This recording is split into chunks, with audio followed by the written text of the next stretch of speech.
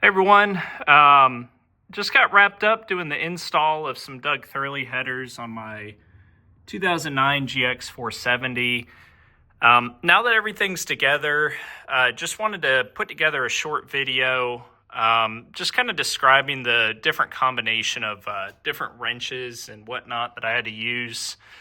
I'm going back in after it's, had a heat cycle and just making sure everything's snugged up. So I figured it'd be a good chance to show everyone what's going on here. So there'll be a lot of different clips, but just wanted to start off here with top nut there, using a 14 mil box end ratcheting with a swivel on it. And you just need to get that right up in there.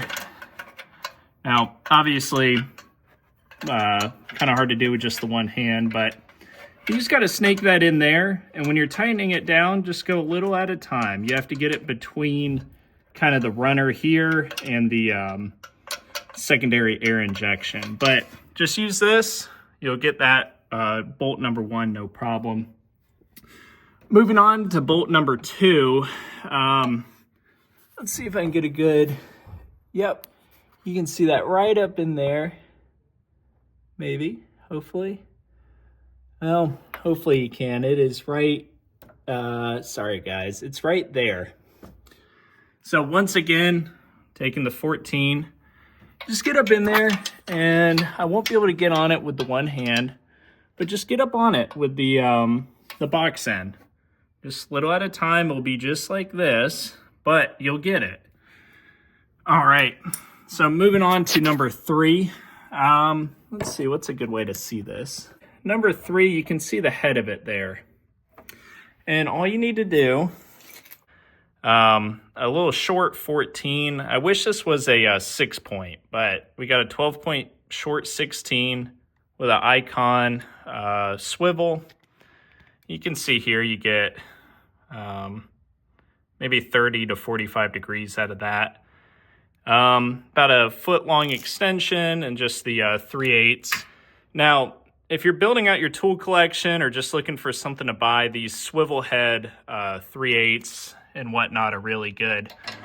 But just get that up in there. Go between this brake line and your upper control arm. And it'll be hard to see, but it's right on there, okay? So with that swivel head and the 12-inch extension, I was able just to come in there, do a little bit at a time, and you're good to go. So we'll go ahead and pull that off. We'll go to nut number 4. And this one's super easy. You can see it, I'm pointed right at it. We'll just move this up a little bit. We'll get that in there. Once again, guys, you'll be able to get that tightened in just like that. All right, so what I'd consider to be nut number 4, having a little bit more luck here with one of these kind of built-in swivel heads. This is a Die Hard brand, but I'm sure you can find any built-in swivel, and you get a lot more rotation out of this than you do one of those. So you guys saw it. I probably won't be able to replicate it, but just squeeze it right in between the brake line connection here, and you'll snake it right on through there. And guys, we haven't changed the ratchet, the extension, nothing, just the head that's on there. Now, number 6, oh, sorry, I'm not even pointed at it, but number 6, you'll be able to use the same exact configuration, okay? So same deal. Number 6 is just right up in there. Now we'll stop the camera. We'll move over to number 7 there. All right. So for nut number 7, once again, we're not going to overthink it. We're just going to put on this box end 14. Sorry to impede the view there, but you get the point. Put that on that nut. Turn it little by little. Give it a good snug at the end. For me doing this, just popping off the 12 millimeter right here that holds the brake line connection on, bending that just slightly out of the way, getting my hand up in there, no problem. All right, and for nut number 8, we just have the short 14, the impact swivel. Then we actually have the foot long and maybe the 2-3 inch extension here. Just have to work it underneath, and you'll get it right up in there. It is under the header, or under the tube there, so it's a little hard to see. But just feel until you get it, be slow, and you'll get that as well. So just a few other tips on this driver's side. When you're doing the air injection pump, well, let me backtrack even further. On this driver's side, get your 14 millimeter, once again, your ratchet, put it on that nut at the top there, and you can see it right there, the nut for the motor mount. And back those off all the way, realistically, just until the nut is at the end of the threads.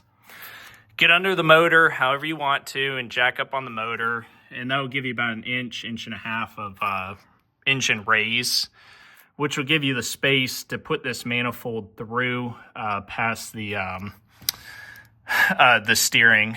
So once that header is in place and you just have it in, you know, even on the studs if you want, go ahead and put your secondary air injection back on. And then once you have this in and preferably tight, then you can go ahead and start bolting on the header. But that's what I had to do. You kind of have to move this a little bit, you know, and mess around with it, touch, just get everything in place. Other than that, though, nothing too crazy to report on the driver's side. We'll go ahead. We'll move on over to the passenger. All right. So we are over on the passenger side. Nut number 1, you can just get on that straight with, you know, any socket, not a problem. Now, that is about the, really the only easy one over here. So let me get the combination. Well, actually, this second one here should be easy as well. You can get on that one straight in. I will say, taking that 12 mil off, prying this out of the way a little bit will really help your, you know, the ease of getting everything put together. So number 1, number 2, just straight in with an extension and your 14 mil. All right, so for this nut here and this nut here, so I called 1, 2, I'll call this 3 and 4. Take your box end, ratcheting box end. It's impossible to do this with the dipstick here. So you just get that in there. You can, you know, imagine what I'm doing. Boom, boom. That one's tight. You go to number 4. Same deal. Get that in there. Little by little, you'll be able to get it good to go. All right. So I'll call this one number 5. Kind of hard to get a view on it there. Perfect. So you can see that. Now, just taking your ratchet, obviously I'm not getting it on there, but take your 14, your impact socket or impact swivel, whatever swivel you have. Then I'm using, that's probably 15 inches of extension. And then you can snake it, once again, just between the brake line and the upper control arm. You'll get in there and get that tight. All right, so we have the 6th one here. And real easy to get to that one. I might have lied earlier. So you see the combo, just stick it on in there. You'll be all good. We'll move on to number 7 and 8. All right, everyone. So number 7, focus in on it. Same deal. Just a little bit harder to navigate too, but just use that combo and you'll be good to go. All right. So number 8. Number 8's a little special. So not the one that is rusted that's in the middle of the screen, but directly to the right, you can kind of see the box end part of the wrenches on that one.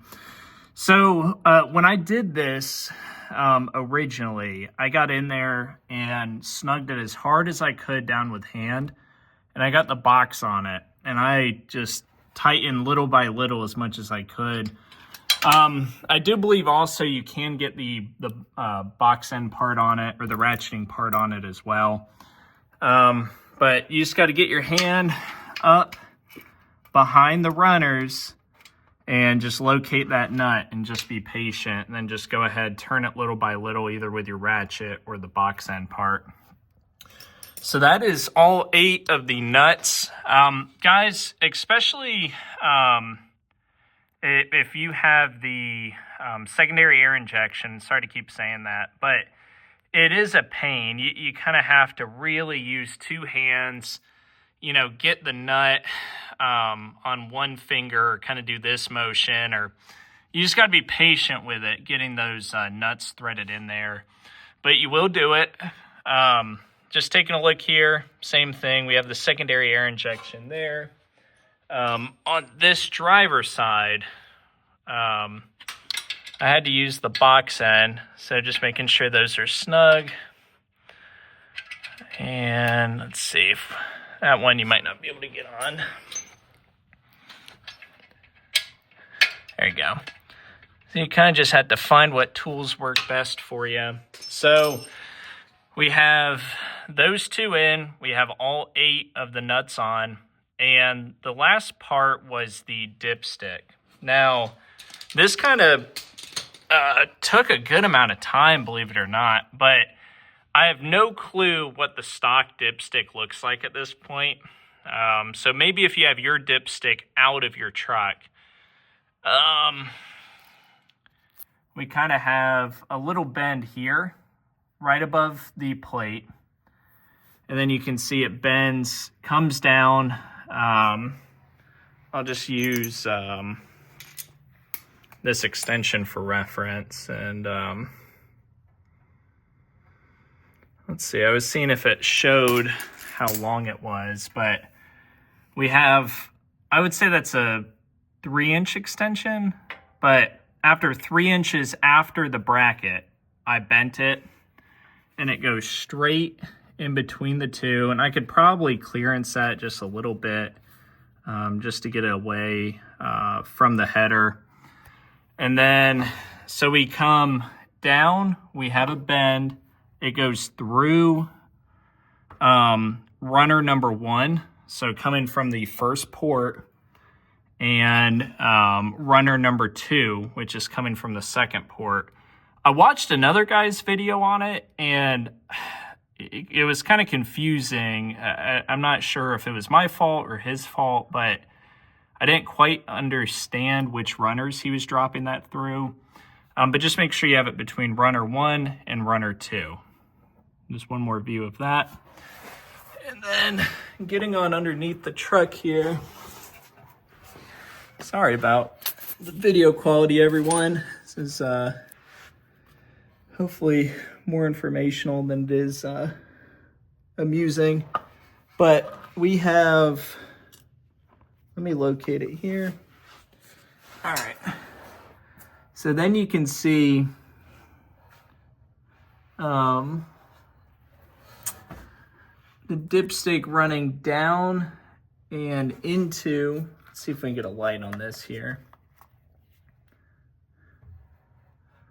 So we have the dipstick running down, and then